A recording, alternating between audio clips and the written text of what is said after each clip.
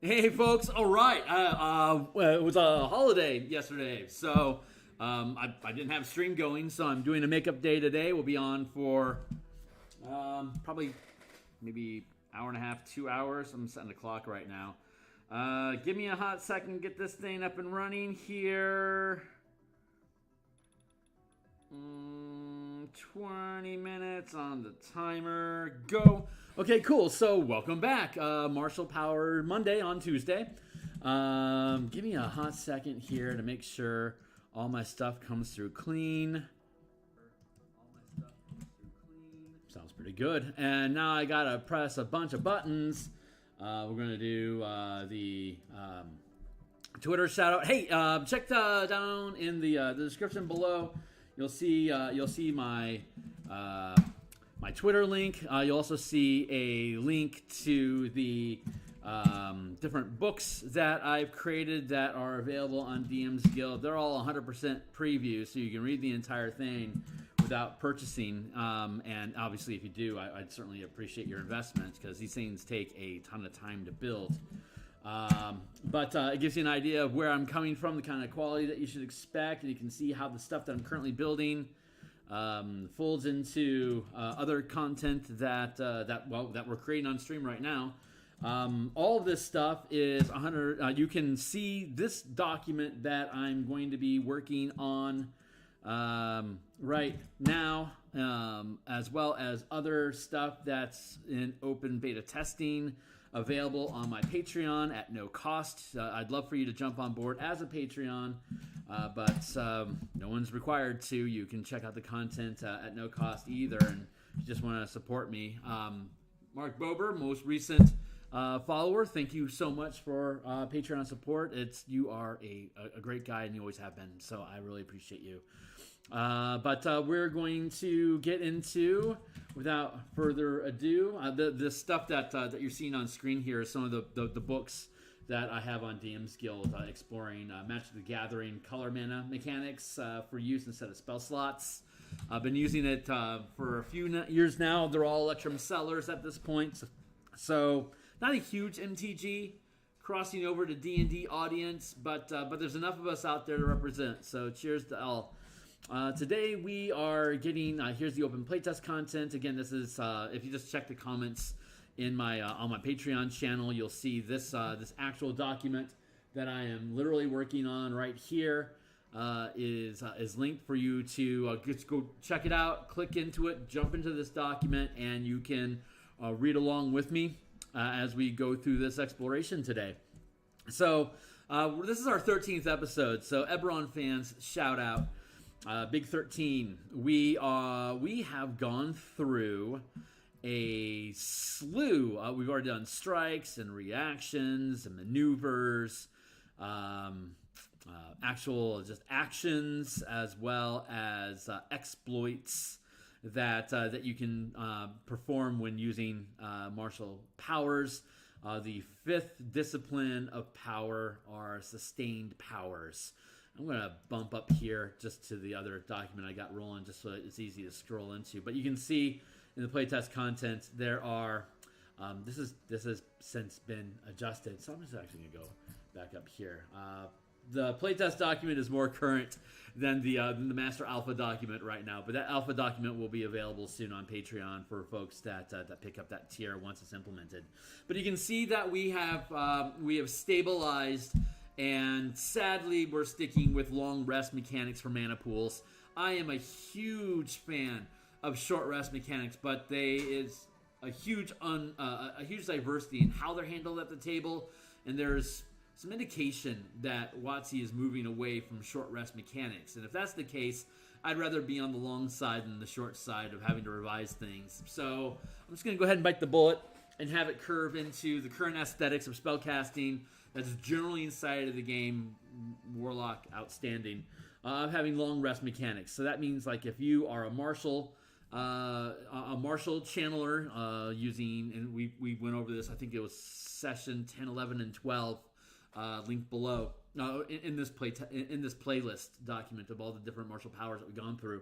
We looked at fighter, we've looked at rogue, we looked at barbarian. And for hybrid points, we looked at Ranger as well as Paladin.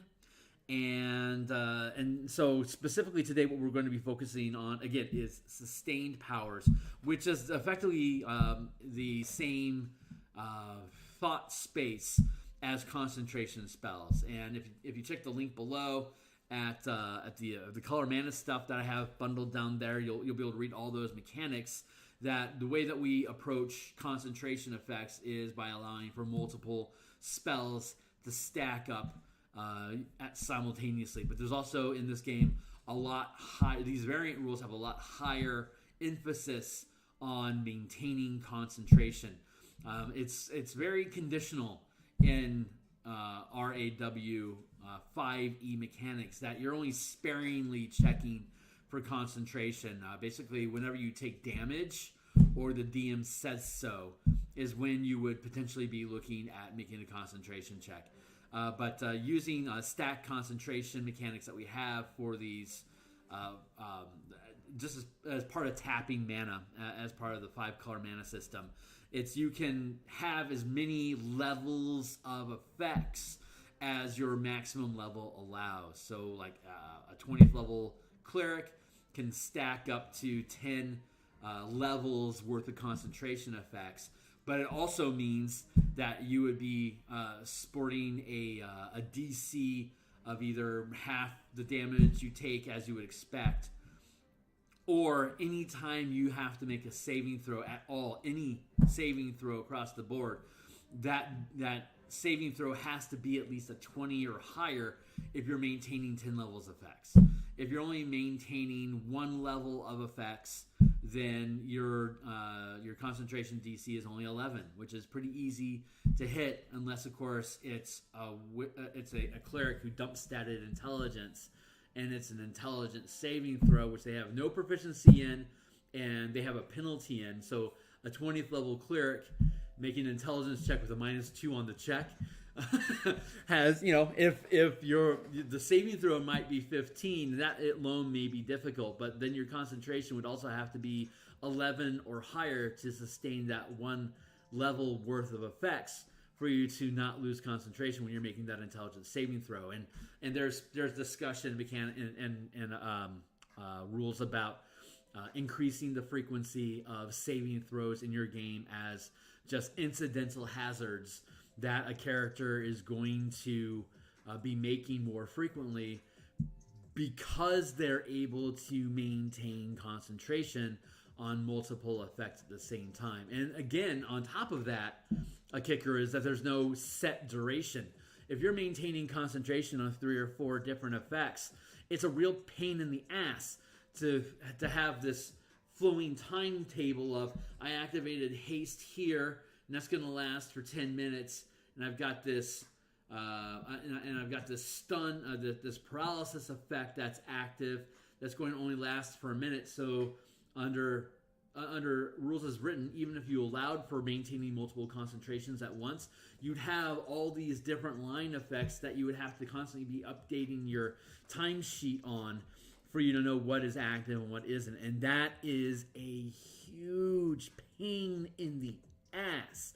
So what we did to balance having all that timekeeping is, if you're maintaining concentration, you can maintain concentration on it as long as you want, for as long as you are able to maintain concentration. We've got new revisions coming out that basically just say whenever you drop the effect, that's when the mana burns and you lose it. But if you can sustain it for however long you can sustain it, good for you. If you start a long rest, it automatically shuts everything down because you're trying to rest, but you can sustain things through short rest. So what to say about that? The increased frequency of saving throws with the much higher frequency of DCs affecting not just not just a Constitution saving throw, but all 6 ability stats, means that if you're using standard array, stat gain becomes incredibly important. So you are making a big decision if you're deciding to ignore an ability score versus gaining a feat. You're basically, what you're doing is, I want to gain this ability using a feat, and I am intentionally leaving my concentration on spells at risk so I can gain this new thing. That's an interesting design space that has been working really well for years now, and I encourage you to take a look at it. It's a really great way to approach the game. And Martial Powers utilizes that same mechanic. Difference is that Martial Powers only go up to 5th level, rank, as it were. So at most, you're going to have a DC of 15 at 18th level when you gain access to 5th rank powers.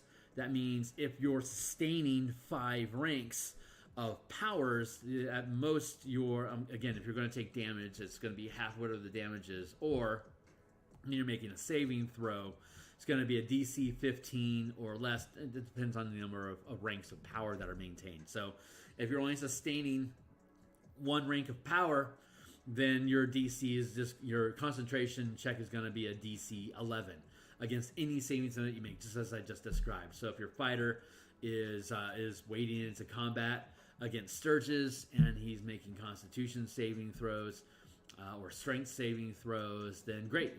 If you make the save, even if you fail the save, as long as your concentration, as long as that saving throw is at least 11, then you are able to maintain concentration. If it's a Charisma saving throw and that happens to be your dump stat, then you're probably going to lose concentration on it, and that's the risks that you take into maintaining concentration on effects. Another fun mitigator of risk is locking powers. So the way that locking works, and this was introduced in the Elemental Keybook that is also linked down below, 100% preview for you to look at, is that instead of maintaining concentration on an effect that you can lock, when you lock that ability, it effectively reduces your maximum rank by the number, by however many ranks that power has. Like for example, if you were to lock Flurry of Blows as a monk, that's going to cost you 1 rank of power, and a monk has up to 5 at 17th level as a half caster. So if you were to lock Flurry, well, you can't even lock Flurry of Blows until 5th level, but once you get there, it eats 1 level, quote unquote level, or 1 rank of your power. So it effectively reduces your total, your max casting, as it were, by 1. So like if you're, in the term of spells, if you were able to normally cast a 3rd level spell, say Haste, you maintain concentration on haste and it's at risk, and meanwhile you can toss fireballs on top of maintaining that haste. That works here great. If you want to guarantee you'll never lose concentration on haste, then you lock those 3 mana. You can now only cast cantrip spells because those are 0 level. 3rd level haste minus 3 mana equals 0. You can now only cast spells that have 0 level. So if you want to guarantee haste can stay on for as long as you want without failing, you're basically saying I am therefore only going to cast cantrip spells while I have that locked. That's really useful depending on the type. Like if you're a Gish and all you plan on doing is maintaining haste on yourself, that's wicked powerful, super useful for you. And you're saying I am just acting as a Swift Blade right now. I have no use for my magic as a Eldritch Knight at say 13th level when I gain access to haste in the first place. At 17th level I have 17 mana. At 13th level I have 13 mana, locking 3 of it, leaving 10 in the engine, leaving 10 in the tank so I can have my engine run on haste for as long as I want. That's a fun Magus sort of thing to do that I haven't seen implemented anywhere else. So I'm pretty proud of that.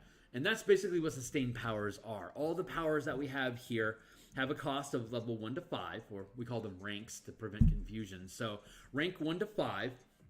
If it's a 1st rank power, you can maintain concentration on it, increasing your concentration DC to 11. But if you decide to lock that power instead, your maximum rank is reduced by 1, and that you don't have to worry about maintaining concentration on that at all. Let's say you are a 10th level channeler. You're able to channel up to 3rd rank powers, and you've just locked one of them.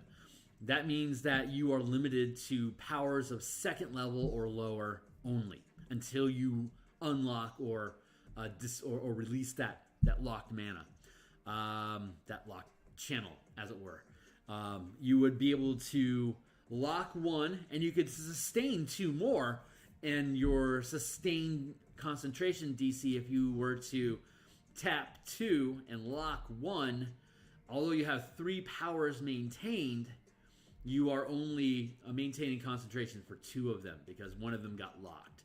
So you could lock all 3 of them and eliminate your ability to use strikes or maneuvers or reactions, but you're gaining that stability where I am basically choosing to pay to have this be the only thing that I can do while I have these these channels locked.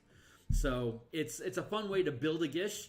Like, you could have a class that's devoted specifically only to sustaining powers and not worry about reactions or maneuvers or exploits or whatever. That the only thing you want to do is lock sustained abilities, so while you're doing something, you're guaranteed to be able to do it and it can't be taken away from you. That is a very real style of play that you can implement. You could obviously mix it up with a mix of sustained powers, strike powers, exploits, maneuvers, reactions. You could skip sustained powers altogether, never having to worry about maintaining concentration. And all you're doing is spending mana on exploits when you roll a d20, or adding maneuvers to your action and bonus action economy, or adding more reactions so that you are more reactive and can do more things outside of your normal turn of combat. And of course, strikes can be used anytime you hit something with a weapon. So whether as an attack action, as a maneuver, as a bonus action, all these things. Hey, Scam Likely, not interested. These are all things that you can implement. So depending on how you want your character to play, you can have one rogue that focuses on strikes and exchanging sneak attack hit dice to gain free mana to make those strikes with, so that when you backstab somebody, maybe you banish them instead of dealing 10d6 damage. Like, that's an option that you have. Or when you hit them with psychic damage instead of piercing damage if you want. So you have a lot of different options, but instead of strikes, you could have your rogue specifically focus on exploits. So as a skill monkey, whenever you're making a skill check, an ability check, with tools or skills that you're proficient with, or even when you just try to do something you're not proficient with, you can burn mana to gain exploits so that you're modifying that die roll similar to how a bard would modify it. So there's a lot, like, those rogues can be completely different from each other. An opportunist rogue could focus on reactions and maneuvers and exploits as opposed to strikes. But you could also you can stack together spending mana on a reaction to then use mana as an exploit to buff the reaction check that you make. And if it's an attack, then if you hit, you could then use mana to burn on a strike. So reaction, special reaction mana, exploit to make sure that the reaction does what you want it to do, and then even more mana to spend on, say, a strike to deal additional damage with additional effects if you wanted. So anyway, that's the quick rundown. So when we're looking at these sustained powers, you're going to see here that so we're looking at sustained. Each sustain has its effect, which is the cost of it, and then everything has a lock. And the lock effect is a kicker that you get. Again, when you take something away from the player, you give them something else as a reward for the choice that they made. So it becomes a decision to make. So when we look at all these powers, we're going to, first make sure that the language for the basic ability makes sense. And then we have to look at, does the lock ability that the sustained power offers, is it appropriate for the level? Is it coded properly with the language to make sure that makes sense for your playtesting? And is it satisfying and rewarding that I'm not going to be able to channel powers because I'm choosing to do this instead? Some can argue that just simply locking concentration is sufficient for you to say, haste is good as haste. Well, yeah, maybe it is, but like in the example of haste, if you were to lock haste, it would be like a great. That's actually a great example. If you lock haste, when you dismiss the effect, you don't get stunned. If you're maintaining concentration on it, just as a simple sustained power to be able to use haste, when you dismiss the effect, you get stunned, just as though a wizard were concentrating on the effect, and the haste ends, and now your fighter's stunned for the next round. But if instead that fighter were to self-buff with haste and then lock it, the only thing he's going to be doing is haste at 13th level. But his reward for doing that is A, not only will it not be taken away from him, but B, when you do dismiss it, he isn't stunned. So that's a great example of how the system can be used. So we are going to restart our alarm, officially getting into our powers. And if you're here on stream with me, please be welcome to drop a hey in the chat channel here that I got going. I would love to. I'd love to hear from you. And if you're catching this after effect, please like and subscribe. I've now passed the amount of people that I had in Twitch when I stopped streaming on Twitch, because I kept streaming Tool and Led Zeppelin and stuff like that. They're like, you're never gonna get monetized. I'm like, well, okay, well, let me learn from that mistake and switch over to YouTube, where I haven't burned any bridges yet.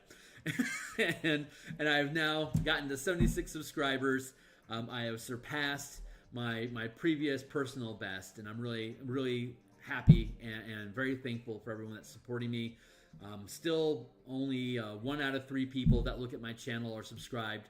So help me keep climbing. The more support I get, the more reviews I get, the more encouraged it is for me to make all this content 100% free for you guys to look at, because I know that the support is there, that the interest is there, that the feedback will be legitimate, and that if you're getting things with 100% preview, when you buy it, drop me 5-star praise, because why else would you buy it? So again, really appreciating you. Check out my Patreon. It's only $1 to jump on board. Lets me know that you like what I'm doing, and that channel is going to my Patreon will continue to expand, offering earlier looks. Like I'll be doing like alpha document stuff. Like this is my alpha document for powers, and it's just shredded. It is a hot mess right now. Like you can look you can see that there's 62 pages of stuff here, while the playtest document only has 19. So there is like a truck ton of content that I've got stacked up in the alpha document, that once I add it to like I'll probably make a $5 Patreon tier that I'll put all my alpha work into, so you can see it like way ahead of time anyone else. Like example characters. We got power gear, which is going to be all the magic items. You can see here that Artificer is able to imbue items as well, and you can see the curvature of them gaining access to stuff there. This is all going to be included, but it's I'm not making that public content yet. But if you were, once I have this up in my Patreon, $5 subscriber gets access to all this junk. So anyway, back to the point. Let's get into this stuff. So we go up to 5th level, or rank. We go up to 5th rank with stuff. And we also have a truck ton of Blood Hunter sustained powers that we were able to extract. I think that was back in session 7 in the playlist for the martial powers development. You can go through that process looking at all this stuff. We're now looping back around and refining all of it. So long story short, too late. This will probably take 2 sessions for me to complete. So let's see how far I can get. So okay, great. Here we are. First rank sustained powers. You gain access to these if you're a paladin or a ranger. You get access to this stuff at 2nd level, and then proceeds up to 18th level. If you are a martial class, like a fighter, barbarian, or rogue, you get all this stuff as a subclass, which we went over in previous sessions. I think 9 and 10 and 11. You get access to that stuff at 3rd level as your prestige, or as your archetype. And then that also proceeds to 18th level at 5th level power. So starting at 2nd or 3rd level. And again, your power die that you have, I'll use this document because it hasn't changed. Your power die, starting off as a D6, and then at 10th level it scales to a D8, and then it scales to a D10. In no way does this outshine the strength of a Bard's Inspiration, the superiority die that a straight Battle Master gets, or it doesn't outshine or outscale what a paladin is able to do with its 78 being roughly maxing out at 56 dice, 56 damage, as opposed to this, which is a D10, which caps out at 5d10, which is at 50. So every class that has something comparable that can interact with this, martial powers is a little less, but it also gives you a ton of flexibility on what you want to spec into. If you really want to give bonuses to your party, you should probably be a bard, because they can get all the way up to a D12 eventually, and they can just hand them to you for you to use whenever you want. Martial powers are self-use only, so you can buff your own stuff. But as a bard, you can often inspire yourself, as well as others. And at the high end, that buff would be a D12, not a D10. So bards are more specialized in buffing. They can use this. You can use bard buffing with this. So it is a stack effect because both people are burning resources. I am still looking at whether or not bard inspiration should stack with or add to or replace the result of a martial power. Like, if you were to throw a D10 because your martial power lets you throw a D10, would you then be able to add the D12 from the bard that spent inspiration on you? Or would that be, well, if you're going to use the bardic inspiration, then don't worry about spending the martial power for the die roll, because the bardic inspiration is superior to it. So that's something I've been mulling over. I like the idea of them being able to, like for example, bless stacks with bardic inspiration. So that by itself tells us that Wizards of the Coast wants us to be able to stack stuff. Bardic inspiration worked with stacking psionic dice when the UA came out. So that tells us that WOTC's intentions is to allow these things to stack. But when you're stacking ability point bonuses for martial powers, it can be argued that this is the same as bardic. It's considered inspiration and doesn't stack. I could even change exploits to be inspiration, like worded inspiration, if I wanted to nip that off. But honestly, that's something that can be left up to the DMs to decide as well. If you find that you're blowing out the power curve too much, you can decide that inspiration doesn't stack with martial dice when you're stacking up abilities, checks, or saving throw bonuses. So that's part of the content, which is why it's in playtesting and is going to stay there probably for another 9 months. So stay on board with us, maybe 6 at this point. Okay, so anyway, finally, back to it all. Sustained 1, quick assessment. Gain proficiency or expertise in perception or intuition. And when you lock, you can use wisdom or intelligence perceptions as an object interaction, as a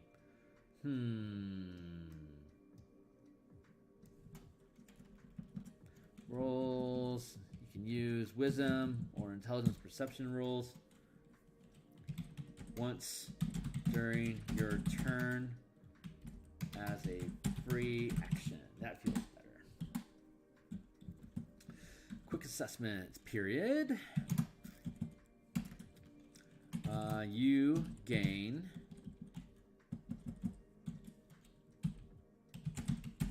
proficiency or expertise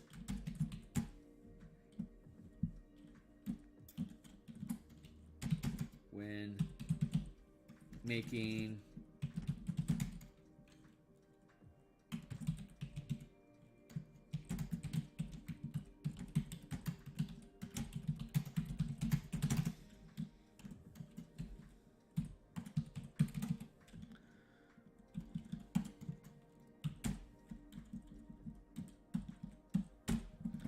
gain proficiency or expertise when making an ability check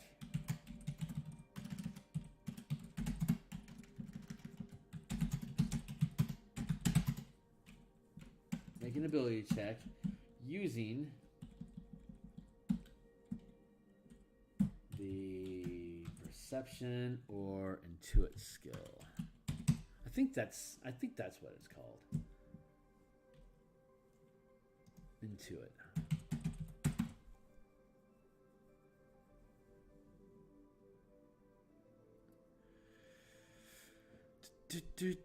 Intuit skill. Book description, skill. Let's go with skill.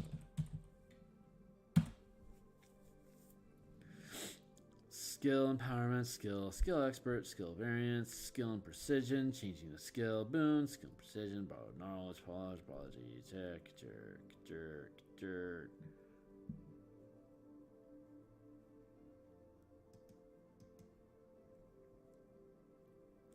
Tell me it is clickable. Nature, intelligence, nature. Here, and then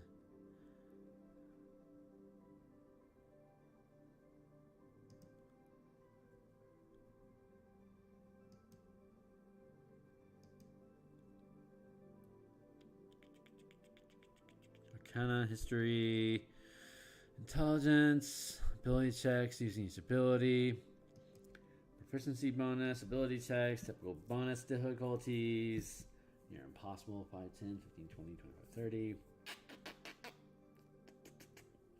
I feel like that's changed. There we go. Thank you. Insight. That's the word I'm looking for. Freaking insight.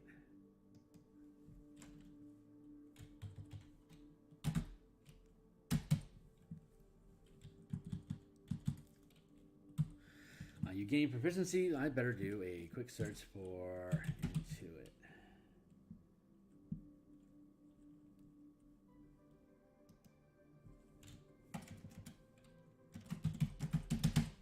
Insight. There we go. Boop. Cool. Quick assessment. You gain proficiency or expertise.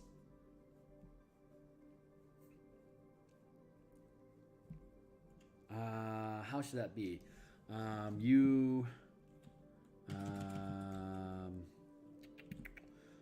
Let's see. You can add your proficiency modifier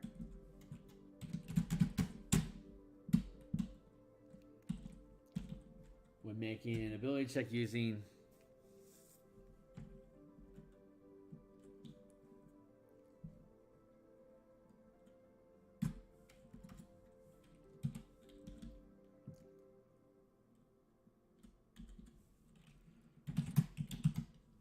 use period. If you are already proficient with either skill, you can add your proficiency modifier.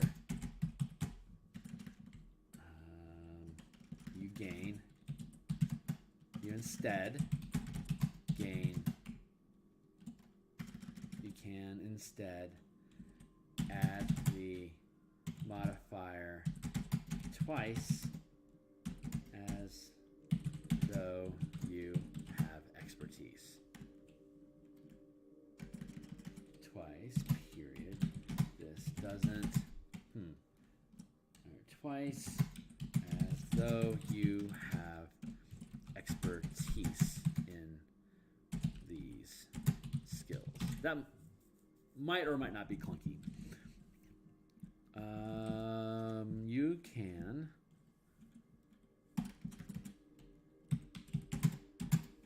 make a wisdom or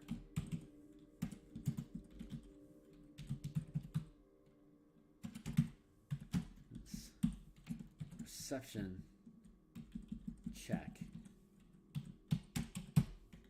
once during your turn as a free action.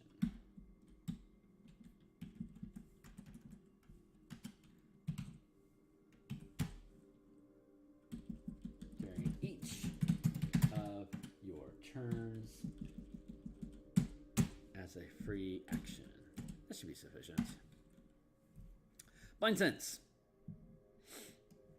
Period. You gain blind sight with a range of 10 feet per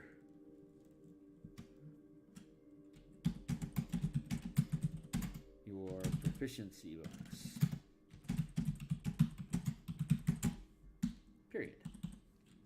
Lock effect.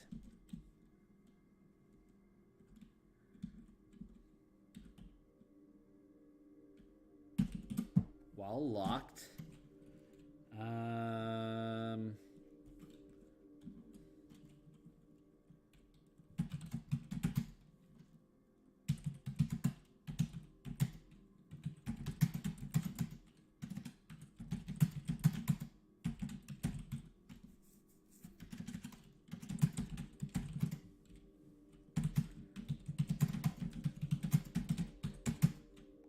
as a reaction to making a saving throw against an effect.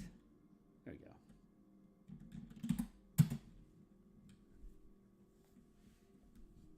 Acquiring.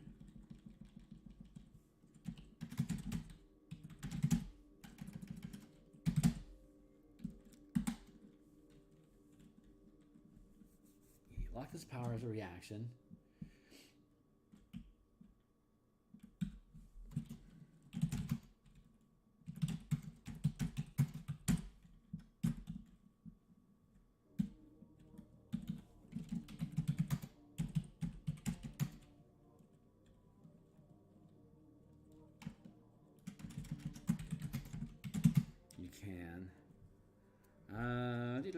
Let's see.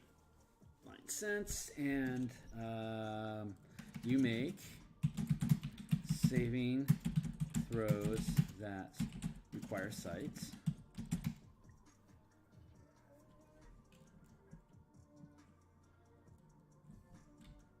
That's not a really good. That's not a really good lock ability. That's not really worth it. I mean, it's cool that you can make that reaction. I agree. I think that's neat. But I don't think it's necessarily worth it. I mean, it's cool that you can do that, but you can just keep your eyes closed. You gain blind sight with a range of 10 feet times your proficiency bonus. I'm happy with that as listed. Let's see. What is a cool stacking effect? It just makes you super blind sight focused.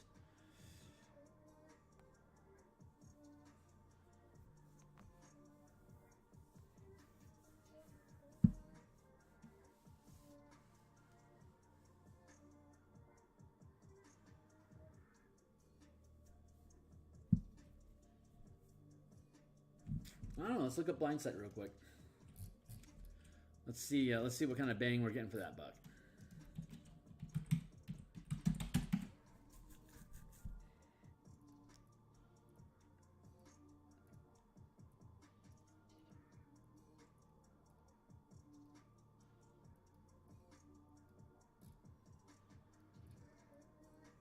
Jeez, crow. Okay, well maybe it's called blind sense.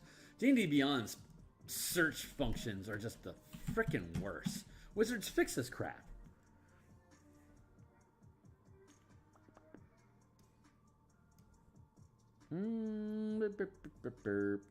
Let's just go with it as listed.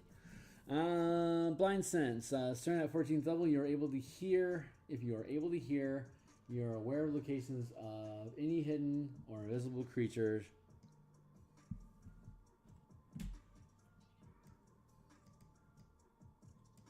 Let's just make it super generic.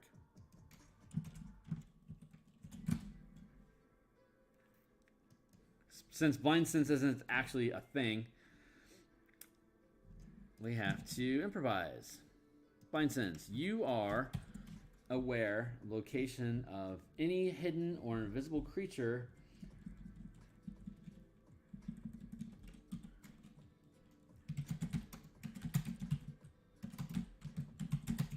on the same plane of existence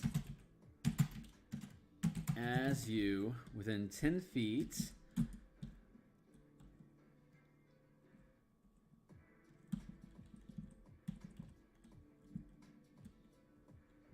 you are aware of the location of any hidden or invisible creature. You are aware of the location of any creature on the same plane of existence as you within 10 feet times your proficiency bonus. Lock equals, there we go. Lock equals,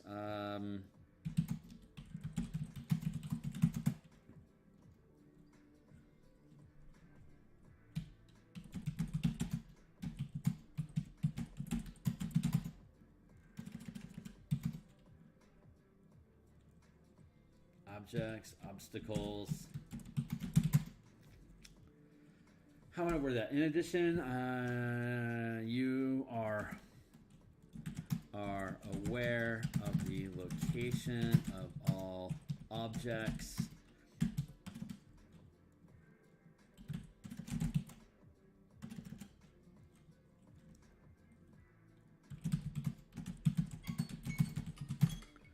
restart, including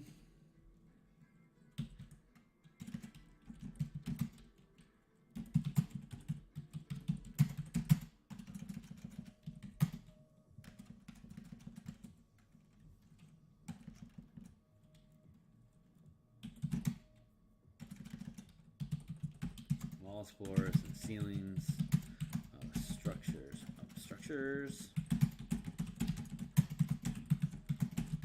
Though you can't identify things like color, or written text on these objects.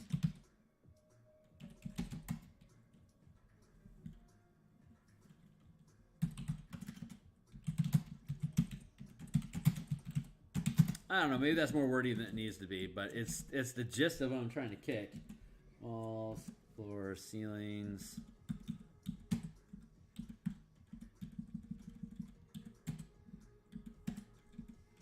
Good enough.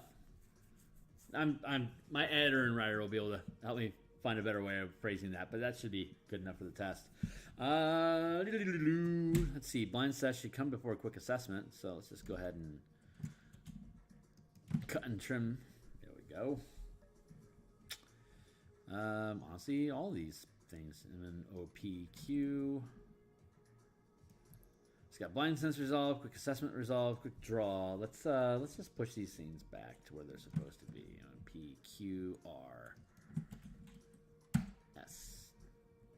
PQRS. Close quarter. Boy, I really just did not attempt to keep these things in order at all. That's cool. We'll get to it. CCPQRSP.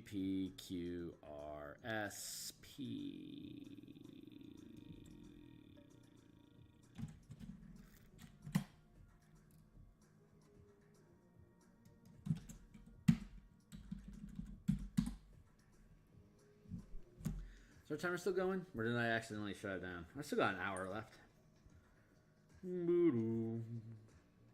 That's helpful. Thank you, buddy. Let's see. Beep, beep, beep, beep, beep, beep, beep. So we went through blind sense and we resolved that.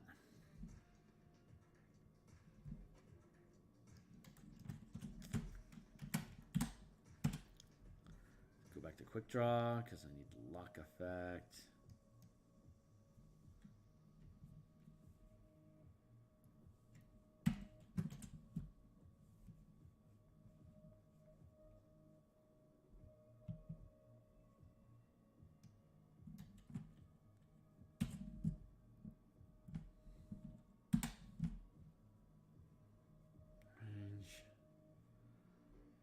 Sniper, lock, sniper. Where'd that thing go? Equals draw.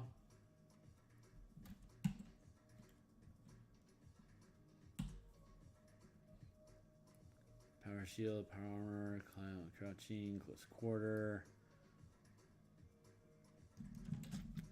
Can reduce thrown attack roll, targeting enemy within normal range by 5 feet. Can reduce thrown attack roll.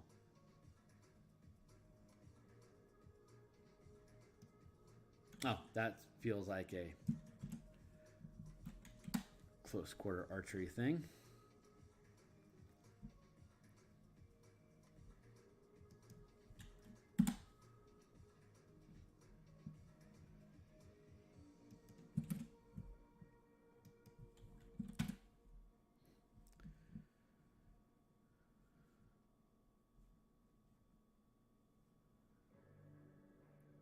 Stance, sniper.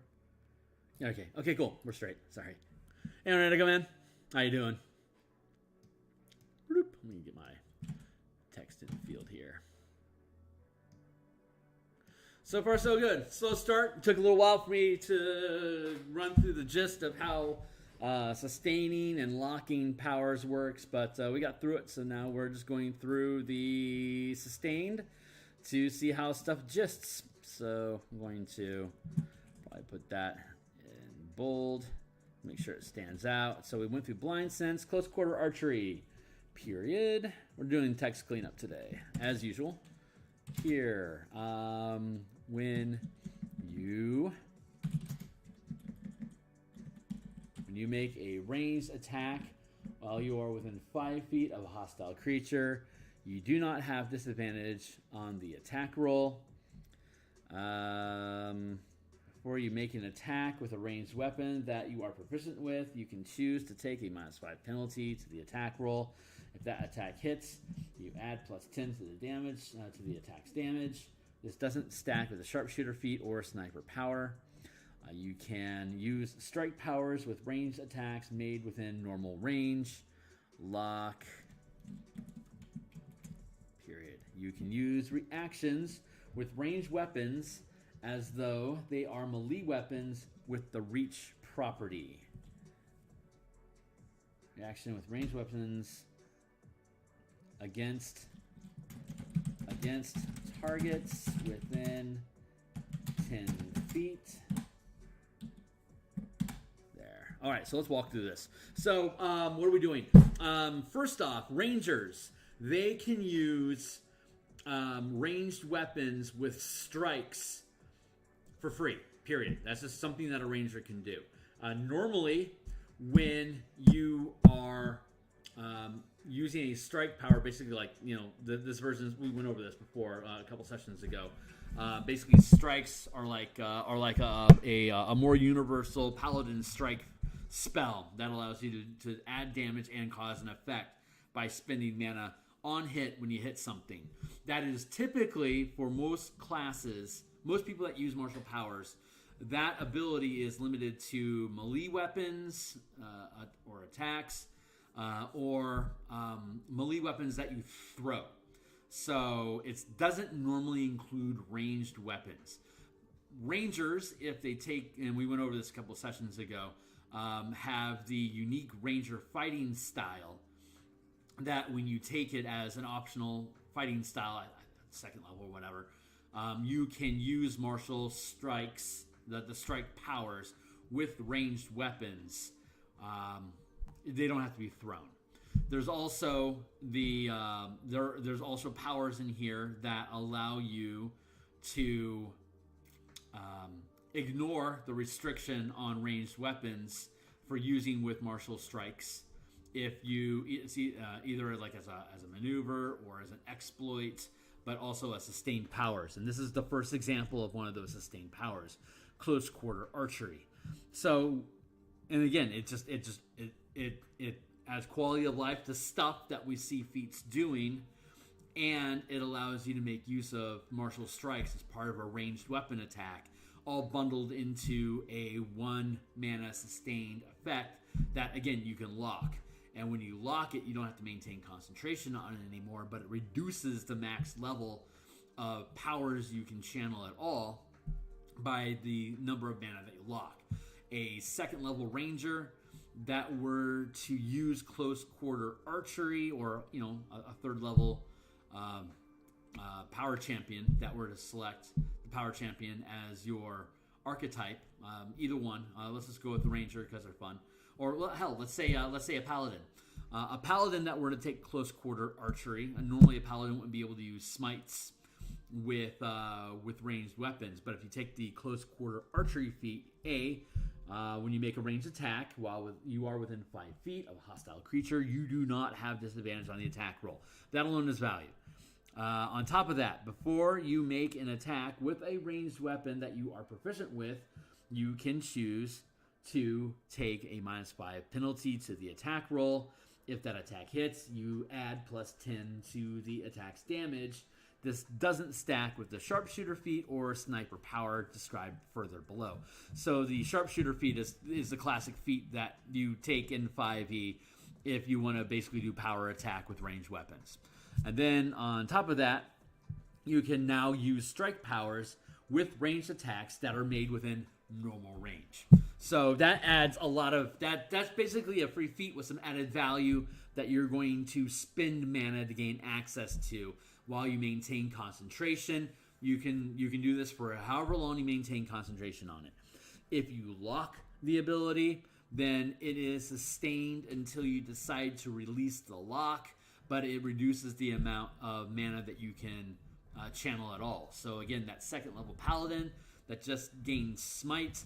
Ironically, if you were to lock close quarter archery, you would reduce your maximum channel level to 0, and even though you would be able to smite creatures with a ranged attack, if you lock it, you reduce your mana to 0. You can no longer actually channel strike powers at all.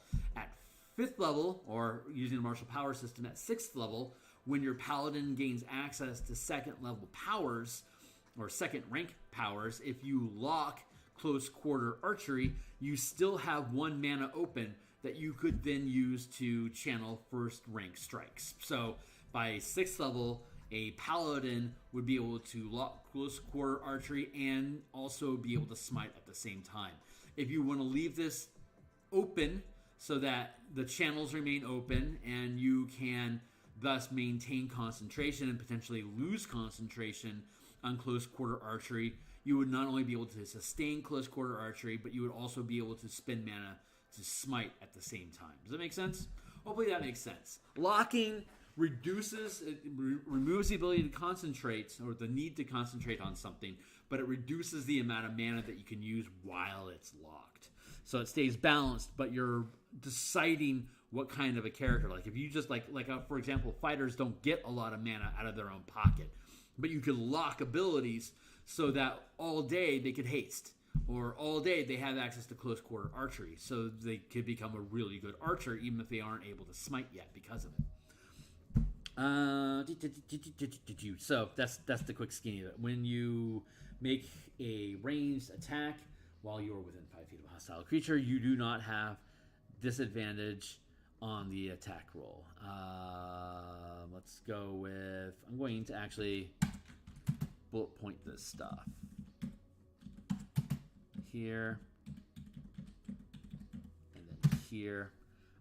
Close quarter archery.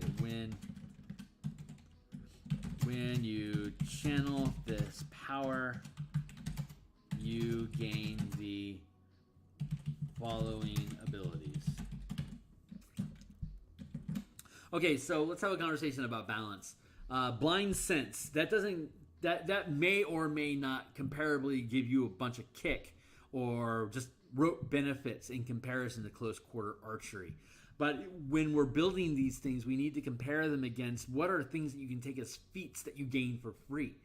And so a feat can be considered effectively a first level power, or in some instances a second level power. So if you are able to just ad hoc gain access to this feat, it needs to be comparable. Like I can't just give close quarter archery the ability to ignore disadvantage if enemies are within 5 feet of you. That is not enough to warrant spending 1 mana. Like this is a first level power. This is your power budget for your second level. So there needs to be enough kick in there that it's something that you would arguably want to take instead of, like, say you don't have access to feats in your game, or you need to spend that feat. You need to spend that feat on I don't know your Quandrix, and so you're kind of locked in doing the Quandrix stuff as a ranger. You don't want to have to be picking between what's something I absolutely need to have as a feat that you could use this system to just pick up as a sustainable power. That's the thought process behind that. Just RoboCop vibes all day. Paladin walking around with a hand crossbow like it's a 9mm is all I can think of now. See, yeah, there is a quote unquote balance problem with having paladins making smite with ranged attacks. It doesn't have to be. This is a really good compromise to allow that. If you're spending your power budget, and especially if you're willing to lock it, this is something that you were specifically saying, I'm going to allow my character to do this so that I have access to that power fantasy, as it were. So I think I'm happy with how that is structured. Let me just make sure the language is good. before you make an attack with a range, and that's just and again, you have to have that language in there about the sharpshooter feat so that people don't think you can stack. It may be inferred, kind of like expertise, like when you can add your proficiency bonus twice. It's like it's assumed that you're talking about expertise, but you really should spell it out. So it's just clean design. Anyway, if I have editors and writers that tell me I'm wrong, then great, they can trim that text out and I won't fight them over it. But that's why I hire people to do that stuff. So I know the language here is good because honestly I just scraped it from the class. You can use strike powers with ranged attacks made within normal range. And then the lock is you can use a reaction. Right, so you're sustaining it, so you can make strikes. You can use a strike power with ranged attacks made within normal range. Oh, that's right. That wasn't what this lock ability was. I upgraded that. So what is the lock ability? If you lose concentration, you get hit by somebody with a wingding or something, then you're going to lose that mana and you lose your ability to get strikes until you reactivate the power. Oh yeah, but if you do lock it, then you are eliminating that level. That remains true. But on top of it, when you lock things, you get kickers. So the kicker that you get is you can use reactions with ranged weapons against targets within 10 feet as though they are melee weapons with the reach property. So basically, if somebody moves within 10 feet of you outside of that 10-foot range, you can use your ranged weapon while this power is locked. You can use that to trigger reactions. I don't think I've ever seen ranged reactions with ranged weapons. I think that's a lot of fun. I like that. I like that you can do that. You can use reactions with ranged weapons against targets within 10 feet as though you are holding a melee weapon with the reach property. I think that's probably better language there. Now, do I want to make it ranged weapon specifically, or you can use reactions with a ranged weapon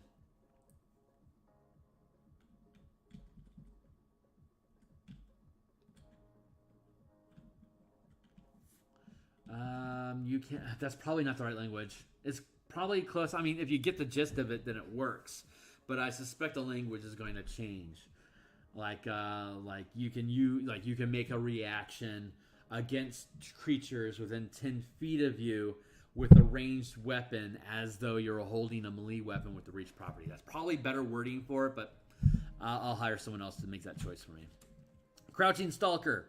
I like this one too. But yeah, hopefully if that close quarter archery makes sense, let me know.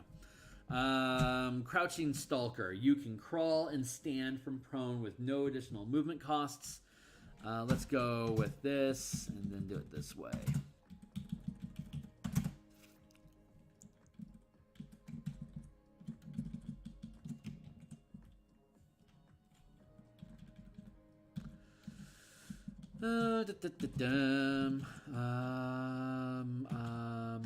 When you channel this power, you gain the following abilities.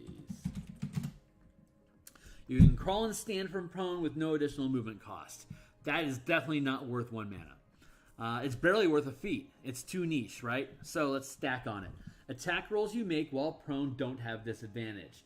So now being prone or standing, it doesn't make a difference at all. You're effectively a complete ground fighter. But on top of that, attack rolls made against you while prone by creatures within 5 feet don't have advantage.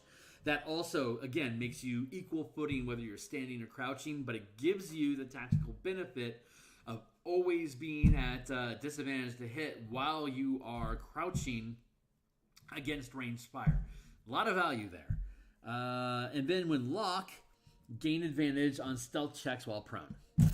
So, and then again, stealth checks while prone, you gain advantage on dexterity, stealth checks while prone. So again, your movement is full, and when you lock it, not only is it full, but you also gain advantage. Let's see. Roll made against you while prone. 5 feet. Don't have advantage. Attack while prone.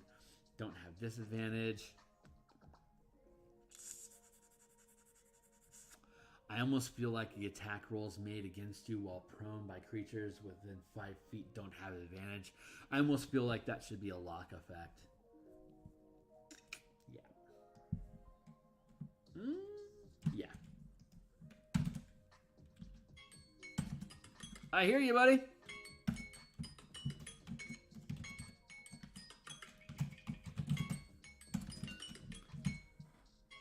Refresh.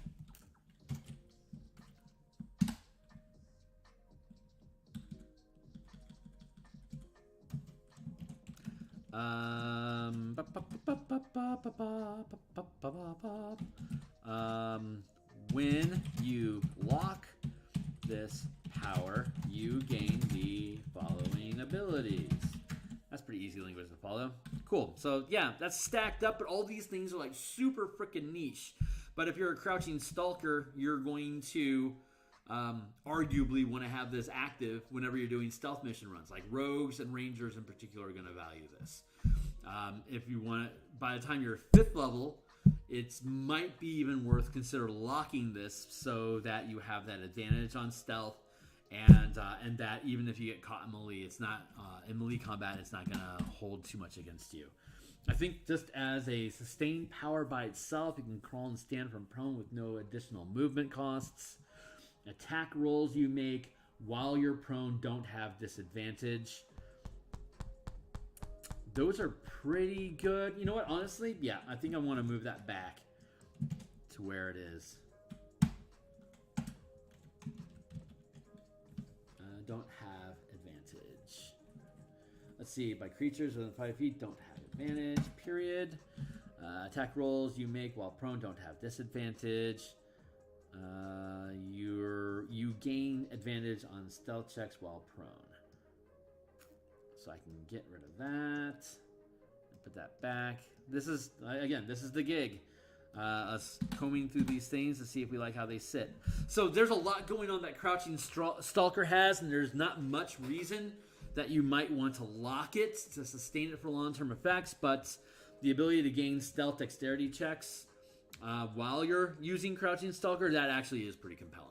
So, yeah, I'm happy with that. Power armor. Your armor class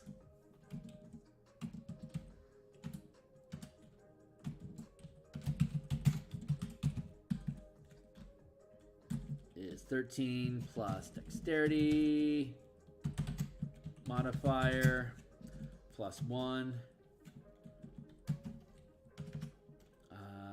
plus 1 times your max rank. So max rank, you can go up to 5 at 18. So this gives you a dexterity of your armor class. So this replaces any kind of armor that you would carry, because that's how armor class works. You either calculate your armor class by the type of armor you're wearing or by a different variable. In this case, the variable is 13 plus your dex mod plus 1 times your max rank. That's just as power armor in general. So your max, so you spend 1 point, and your 18th level, your max rank is 5. Then this becomes a dexterity of 18 plus your dex mod, which is going to be up to most likely armor class of 23, which is pretty respectable. If you lock it, and that's just as an open sustained power. So let's see what happens when we lock. So you could lose concentration on this. It's only a first rank power, so it's only a DC 11 to maintain concentration on it. But if you lose it, you lose, and that sucks. You have to spend a bonus action to trigger it again. If you lock it, then you are setting it so that you are permanently reducing your max channel by 1. You'll automatically at 18th level, say you got a dex of 5, so you'll automatically lock in a armor class of 23 that can't be taken from you. And in addition, let's see, it says you create a field of power that can be used as a shield that you gain proficiency with, granting an additional +2 to your armor class. The shield doesn't need to be held to use it. Oh, I've forgotten how much I love that. Lock equals you create a field of power. So that 23 would jump to a 25. So for power armor, bam, there you go. You create a field of power that can be used. You create a defensive, let's call that defensive. You create a defensive field of power that can be used as a shield that you gain, that you are proficient with, granting an additional +2 to your armor class. The shield doesn't need to be held to use it, comma, and maybe it's redundant and can't be used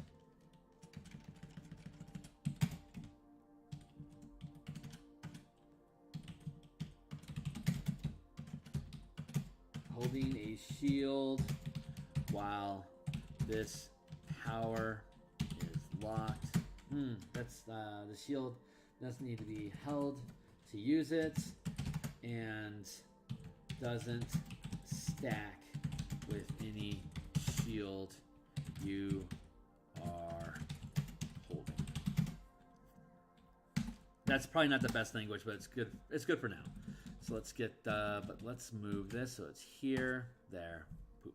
Cool. Now we have power shields. You got power armor, and locking it gives you a shield. Let's see what power shield does. While using a shield, which is provided to you by power armor, the bonus to AC is equal to your proficiency bonus. The bonus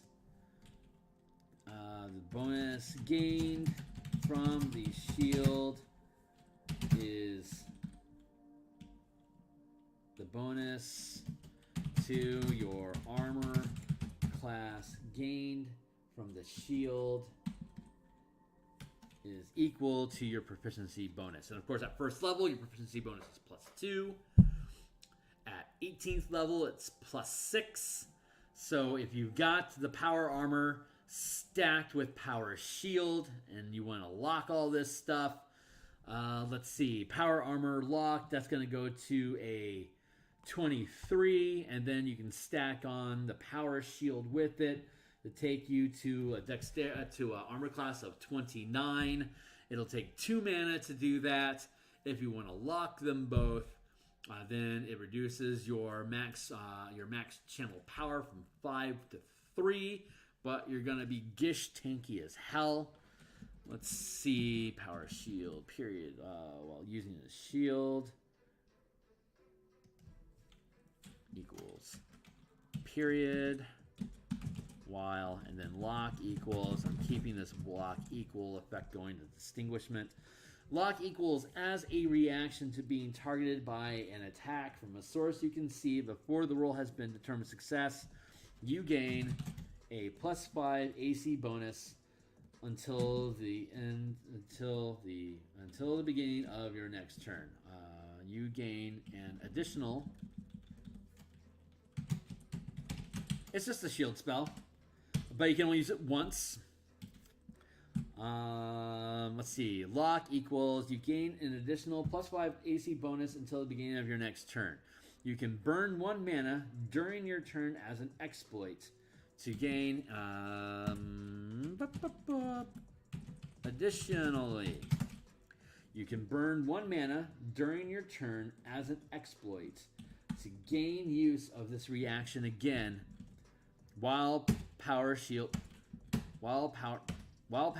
is locked, comma, even if your max channel rank is reduced to 0. So what does that mean? That means, okay, so while this effect is sustained, it's been locked, you permanently set a point of mana to sustain power shield. You don't have to maintain concentration on it.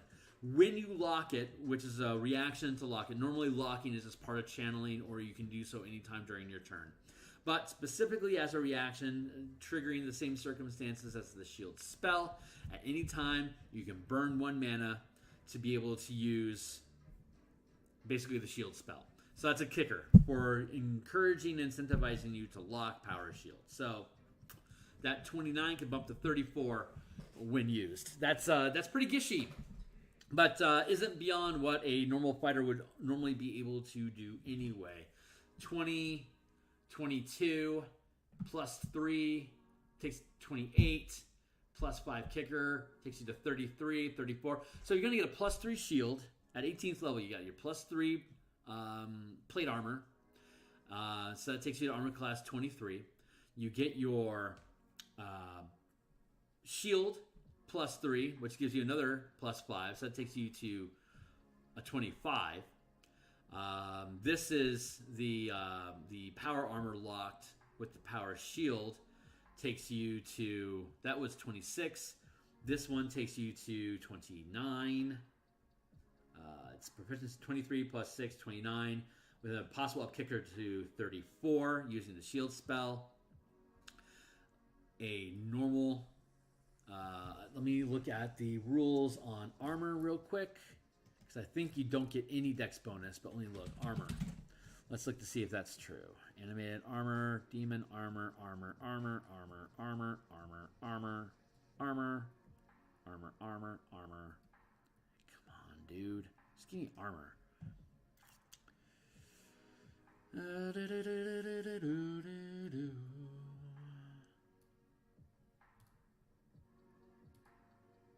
Dex mod, plate, heavy, strength, 18 plus 3 is 21, 23 plus 3 is 20,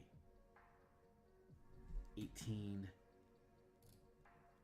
plus 2, 18, that doesn't feel right. Hold on. I'm just looking for basic stuff, dude. Come on. Give me the deal. Equipment. Thank you. You know what? Screw you. Roll 20 is going to be better at this. 5e armor. See, look how easy this is. D&D Beyond. Look how easy this is. Jesus. Let's go to heavy armor plate. Thank you. 18. So it's 18 plus the total plus 3. That's plus 18 to 21. Then you get your shield, which is plus 2. That's to 23. The plus 3 bonus takes it to 26. Using my system, you would have AC is 13. Let's put this down real quick, just make sure I keep track of it. Plate plus 3, shield plus 3 equals AC 18, 20, 26. Power armor plus power shield equals 13. It is 13 plus dex mod plus 1 time up to 23, 26, AC 29.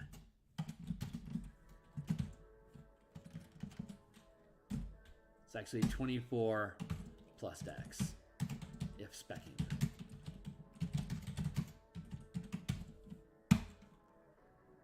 Yeah, it's either weaker or stronger depending on what class you're playing. I'm pretty content with that.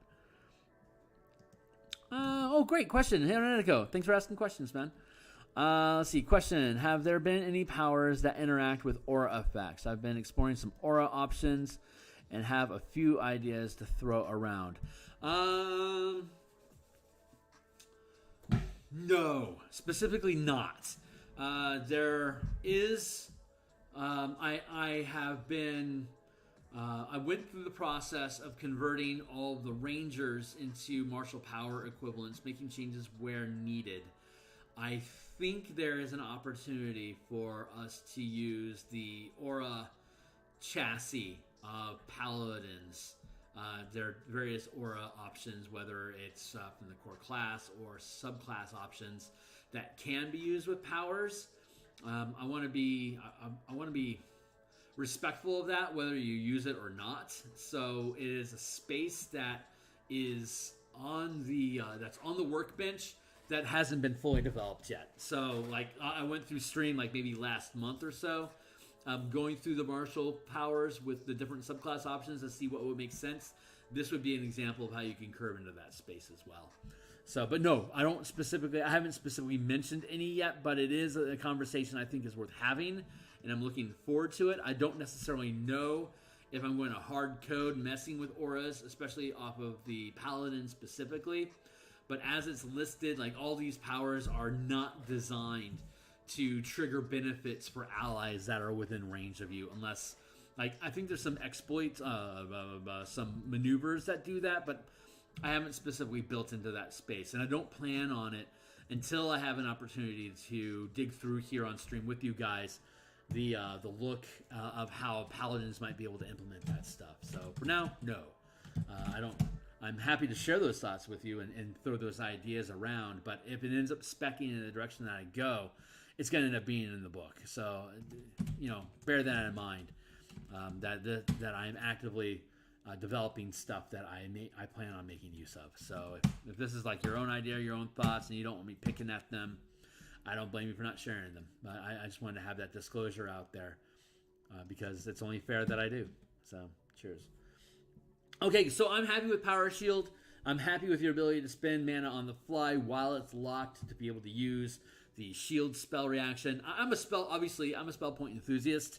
I don't know how many games I ran that allow spell points where you basically have infinite use, which is of the shield spell, which is a big caveat to using spell points in your game, that if you've got casters that have access to shield and you are using spell points in your game, they are going to be throwing shield around a lot when they don't have anything better to do with their mana. So if you're going in that direction, good idea is to get folks that don't have access to shield into magic armor or something like this, so that their armor class is continuing to scale up.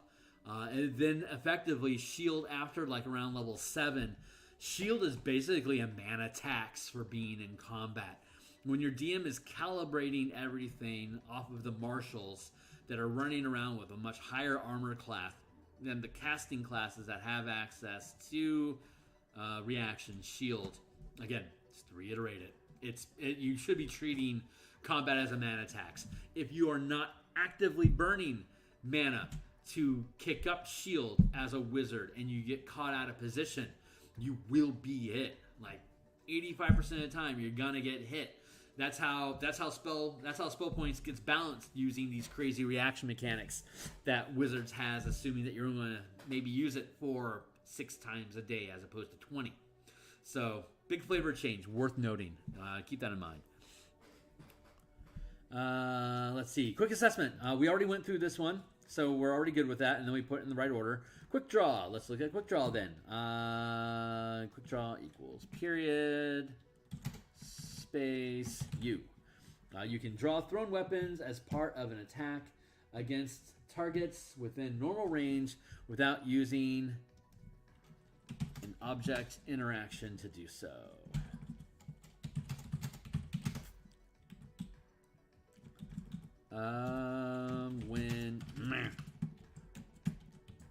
When channeling this power, you gain the following abilities. This is another one of those things. Burp.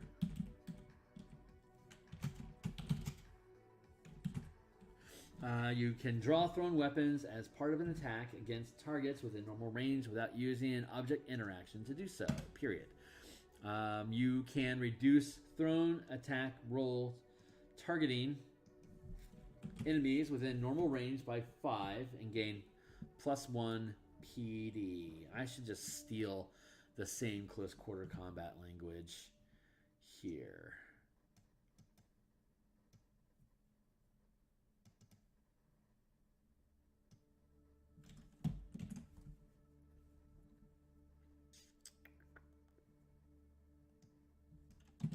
There.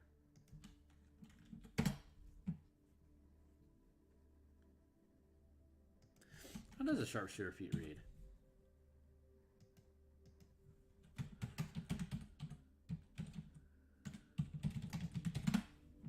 Look, D&D Beyond, look how easy it was for me to search for sharpshooter on the internet. Why don't you just use Google Mechanics? Well, that's Wiki. I hate using Wiki. I do like, however, using Roll20. So let's do that instead.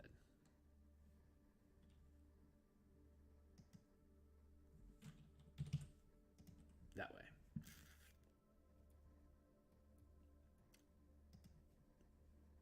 Fine, whatever. Apparently it's not. Oh, I don't have the right books for Roll20. All right, well, screw you, Pus. Let's go back to sharpshooter. Because I'm being a stickler here. Back to top. Sharpshooter.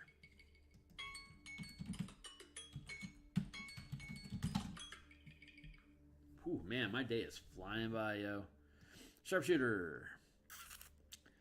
You have mastered ranged weapons and can make shots that others find impossible. You gain the following.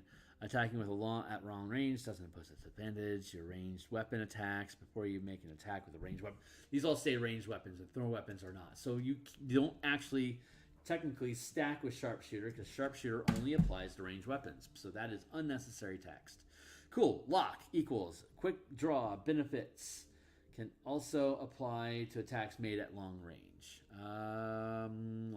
Lock equals beep, beep, beep, beep, beep.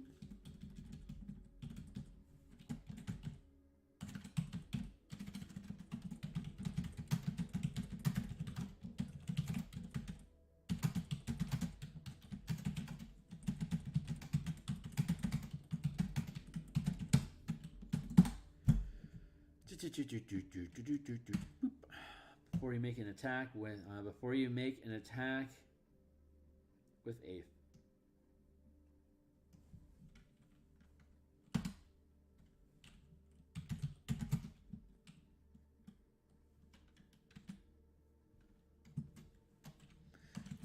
make a ranged attack with a melee weapon, before you make a ranged attack with a melee weapon you throw,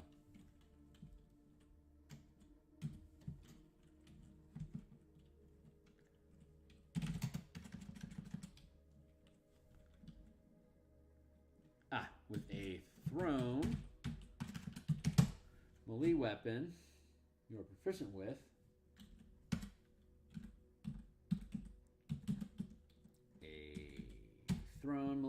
that you are proficient with, you gain.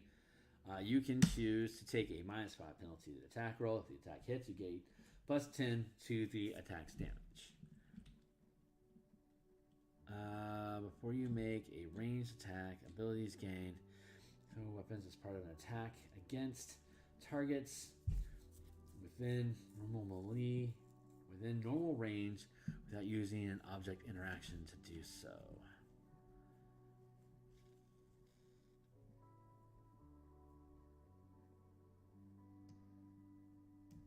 I'm going to get rid of that without using an object interaction to do so. Before you make a ranged attack with a thrown weapon that you are proficient with, you can choose to take a -5 penalty to the attack roll. If the attack hits, you gain a +10 to the attack's damage. That lock is too lazy, so I don't like it. I want to replace it. Lock equals... Am I about to get really cheeky? Lock. When you miss with a...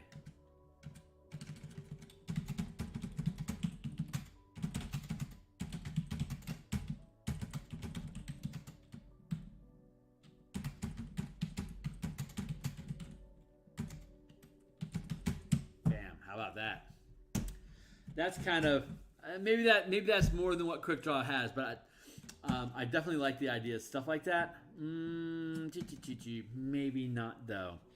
What is a fun thing we can put on top of Quick Draw?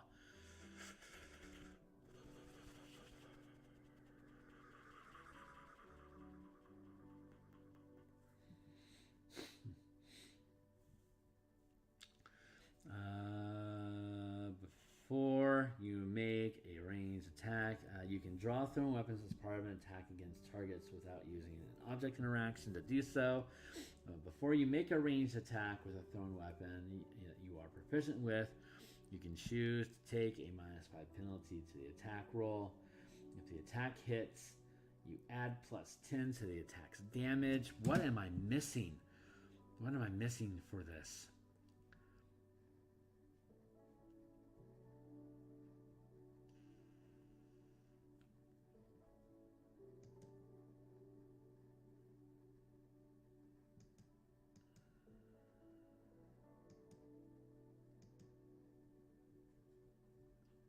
What am I missing? How are we doing? Still got 20 minutes. That's good. Lock. What am I missing? I'm only going to get through the first rank of powers on these things during this block. Oh man, these things take a lot more thought and time and description than any of the other powers. I'm okay with that. We're going to come back next week and we're going to work on this. I also have a playtest coming up for vehicle combat using in command for the mass combat rules against vehicles. I'm going to be looking at infernal machines as well as attacking Zariel's flying fortress. That's going to be fun. That's going to be on Fridays. So the next couple Mondays, we're going to probably be going through these sustained powers. But so what are we missing with quick draw? Because I could just go with ranged attack. If you lock this, you can use sharpshooter feat basically with thrown weapons, but that feels cheap. No kidding, In Command is freaking awesome. That playtest, God, that product is that's probably gonna be my strongest build. I am super thrilled with In Command. It is so useful just at any table. Also, kind of just basically works with 3rd edition and first edition Pathfinder. God, what am I missing here? What am I missing on quick draw? Give me quick draw fighting inspiration.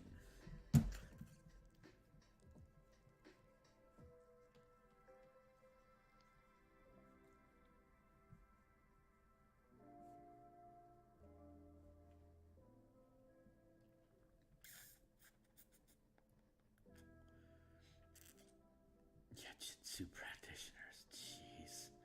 Yajitsu, get out of here.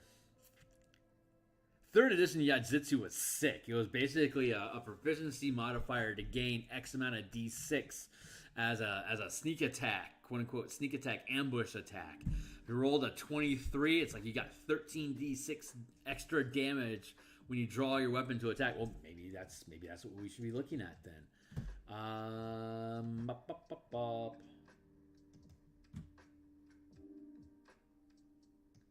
That's actually not bad.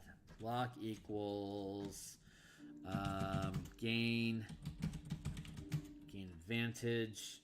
No, because that's just auto. That becomes auto sneak attack for rogues. I was thinking gain advantage on thrown weapon attacks while quick draw is locked. But that's not really kind of like I took out that return effect. Like returning weapon is a cool sustained or an exploit ability to have. It's just aesthetically it doesn't align with what the flavor of quick draw itself is. So I'm trying to stay on theme with the idea of quick draw while not providing something that's just broken for infinite use. That's going to feel right for the flavor. Where not to go? What you got to say? If you're looking for quick draw martial powers, Adam Torres from RWBY came to mind as an interesting possible inspiration. I have no idea what that is, but I'm willing to search for it. You can't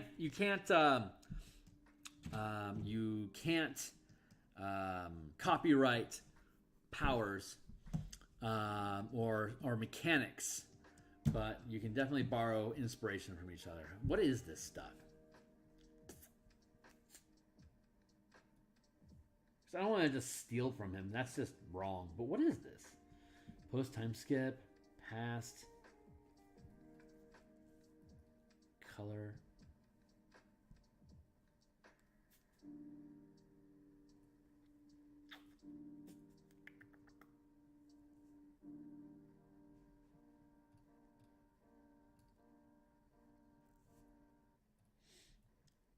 this is probably going to require more attention to detail than I am going to be able to properly allocate to the task.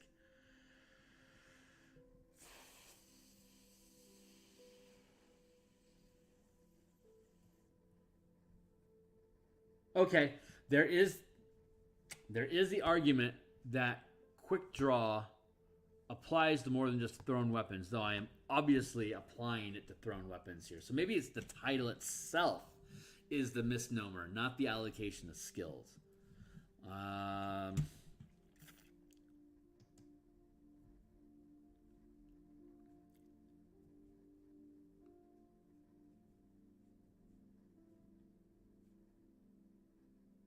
Is there a different way to say quick draw that applies to thrown weapons?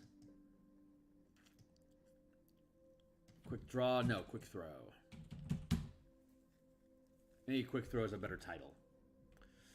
When channeling its power, you gain the power. You can draw thrown weapons. Before you make a ranged attack with a thrown melee weapon. What about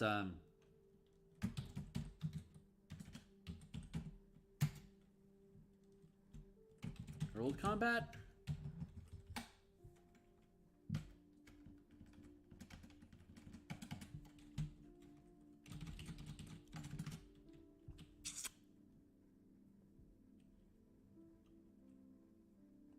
What you saying?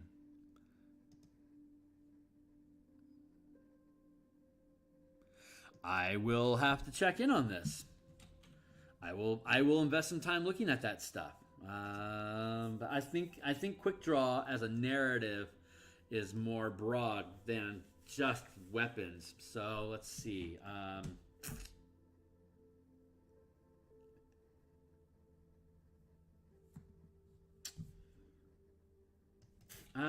Let's see. Let's go with a synonym. Hurled fighting. I don't know why I'm doing that.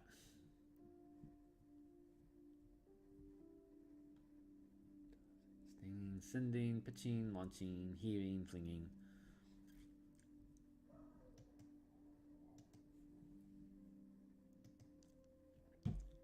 Cast, flip, swing, sling, throw, toss. Power as the throwing a massive weight. Hurl himself at the intruder.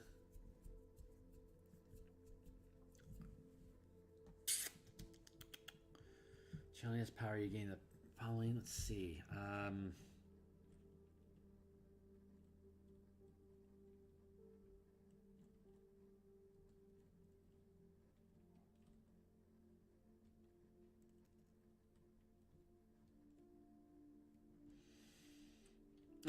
What throne?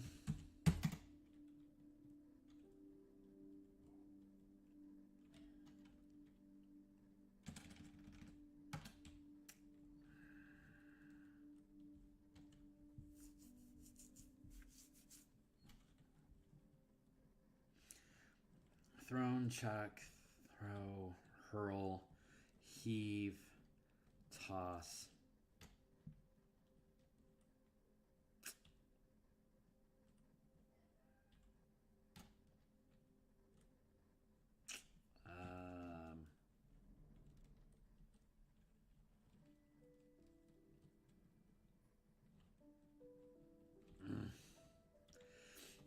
Fast throw. Yeah, that sounds horrible.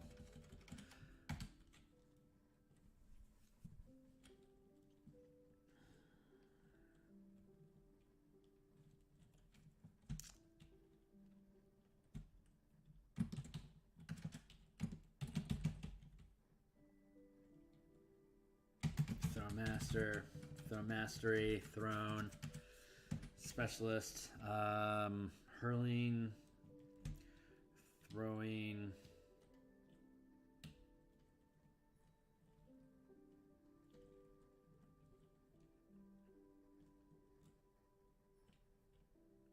toss.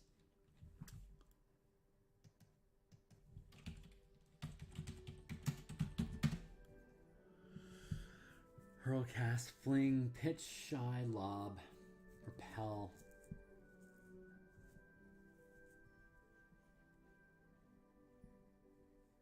Project, send, dash, bowl, heave, chuck, bung, bung.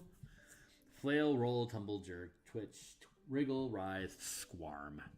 Jerk, bolt, throw, cast, fling, hurl, heave.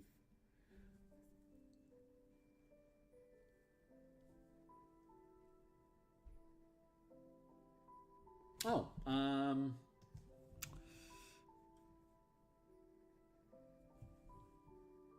it, I just had it. What was it?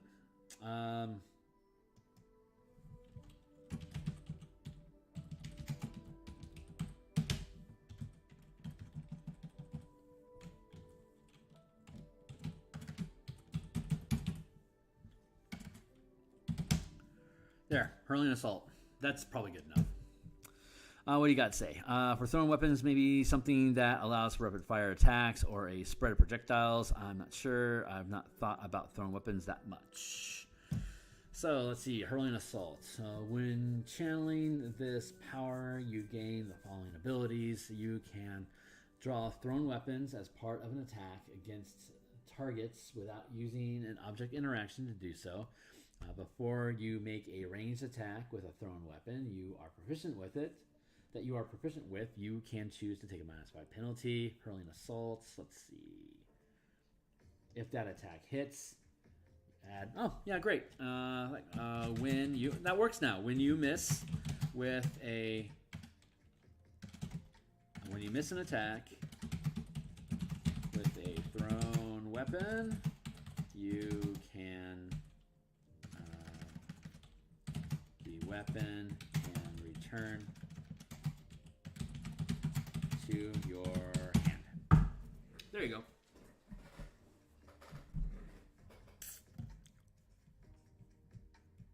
I'm content with that for now. Let's go with Rogue Stance, period, space, you. Gain. You can use a bonus action to take action to dash, disengage,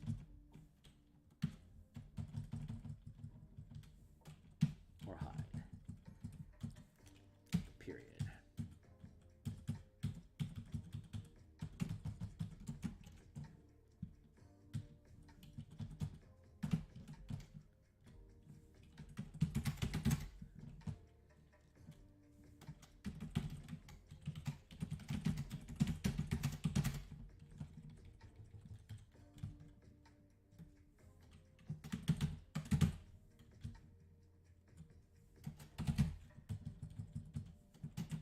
There. That's pretty straightforward. Rogue Stance. So when you can, so I mean, obviously a rogue wouldn't need to take Rogue Stance because he's a rogue, but a ranger would really benefit from it. Hell, even a monk would gain value out of this because it's a sustained effect, not an exploit. So you're not burning mana for each use you got on it. But as Rogue Stance, you can use a bonus action to dash, disengage, or hide while you are sustaining this effect. If you lock the effect, you can take, when you take the dash or disengage action, you also gain the benefit of the dodge action. Actually, I think I have an exploit that leans into this. Let's see. Ambush, charge, cliff runner, gifted, ground fighting, inquisitive, flash of insight, heart of artifice, swift tools, unnerving focus, far shot, fast feet. When you take a dash action, you can also disengage or dodge as part of the same action. So yeah, that's where I was thinking about it. You take the dash action, and that's a point that that's a 1 point use thing to do. While this is something that you can sustain. Let's go to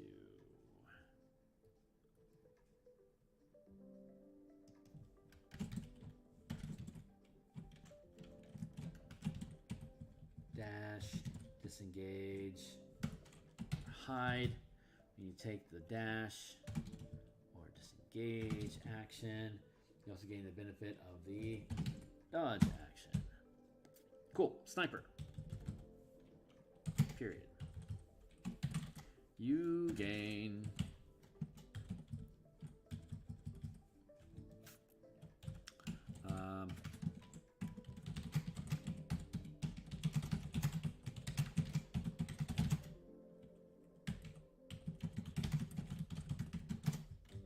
the following benefit. I hear you, buddy. Let's see. Attacking at long range doesn't impose disadvantage on your ranged weapon attack rolls. Your ranged weapon attacks ignore half and 3/4 cover. Before you make an attack action, you get your normal sharpshooter feat stuff in addition. Where was the...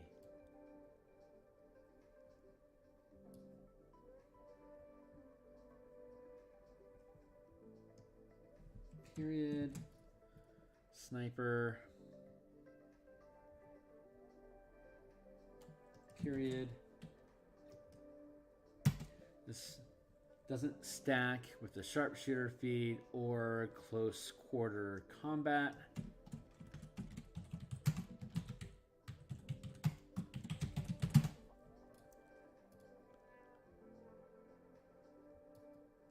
The close quarter archery.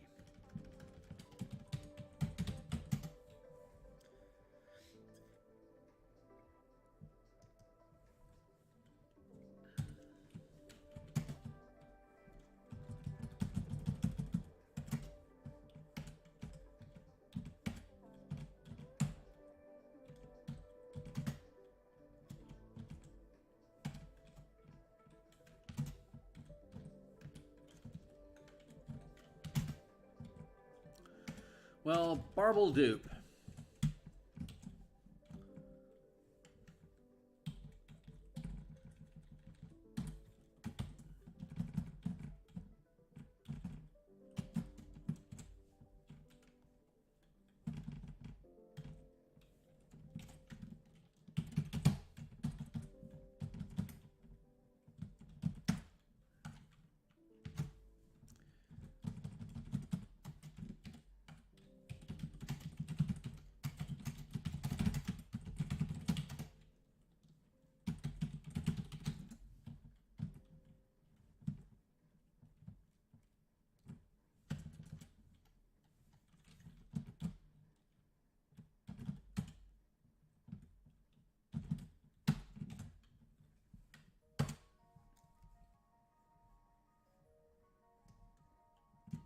Cut, paste, burp.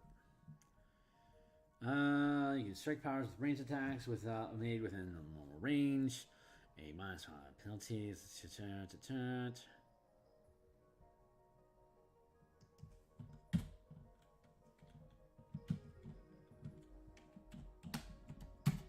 There.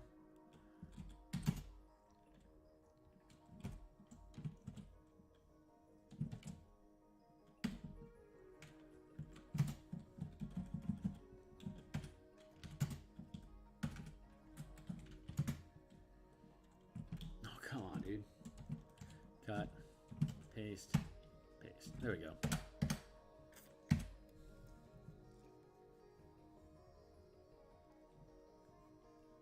You gain the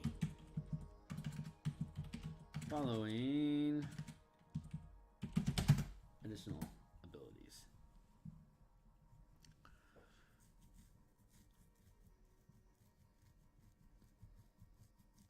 So again, ranged weapons normally don't get the ability to channel strike power. So if you take the sniper, if you take the close quarter archery and here and then here, there, that all checks out. Is that how things are lining up? Yeah. So yeah, you could take the close quarter archery. And you could take the sniper to have the full loadout on all the different options for ranged attack stuff. Pretty happy with that. Like that. Locked, locked, locked, locked. Quick assessment locked. Chunk, locked. Locked.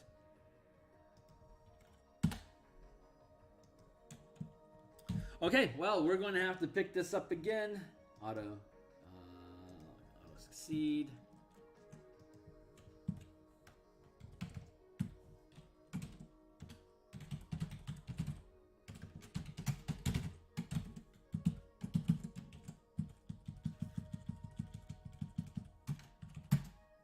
Continuing here.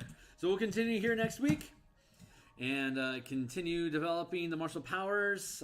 Since this will be a pickup from this session, hopefully we'll be able to get through the second level, second rank, third rank. I doubt there's no way we're going to get through all of this stuff by next session, but we can try to tear a hole through it. So we're going to just continue tearing through content until we get that done, and once that's done, we'll start feeding in the TK psionic stuff, the tank control power options. We'll also be looking at the body modification stuff, like systemic hybrided stuff, as well as the time space warp mechanic stuff that we looked at. We will clean up all of those and integrate them into this document as well, which will probably bring us up like around 160 powers in total, which should be plenty for us to be able to start off with, and we can dive into more details with more things in the future. So that's where we're going to sit for now. I will check out this Adam Taurus from RWBY. I will look up Adam Taurus and RWBY to see if there's any fun stuff that we can look at buffing out in the future. But this is just the starting doc. Once this thing gets published, we could just literally just grab any trope or mechanics. I'm a big MTG fan, so we can grab like Swiftblade Boros and grab since you get 16 powers at most at 20th level, we could build a kit of picking 4 or 5 powers from each discipline of martial power, plus some like just universal Boros stuff that fit inside of here as well. So we could build out a kit of, like, since you only get 16, like a kit of 24 specific Boros Swiftblade type ideas, or we could even build like a Simic, Rakdos, Boros, Swiftblade sort of universal combatant sort of trope, working off of haste, alacrity, acceleration, time distortion sort of ideas. But once we get this thing built, we're going to have a ton of options for us to go in and then like cherry picking different spells and power abilities to fold in together to be able to build like a shadow monk using different like vision and shadow spells on top of exploits and powers that we want to pull out of this book, and then build unique shadow powers as well beyond that. So that's the path. That's where we're going to be going. Thanks a lot for checking this out. Like, subscribe, check out all this. This is literally linked in my Patreon document. It's 100% free for you to view off of the link in Patreon, but I'd certainly love your support if you want to lend it. Check out the books that I have linked down below. Follow me on Twitter. Tell a friend. Like, subscribe, and hoping to catch you guys soon. So I'm out of here for now, and I'll see you on the other side. Thanks a lot.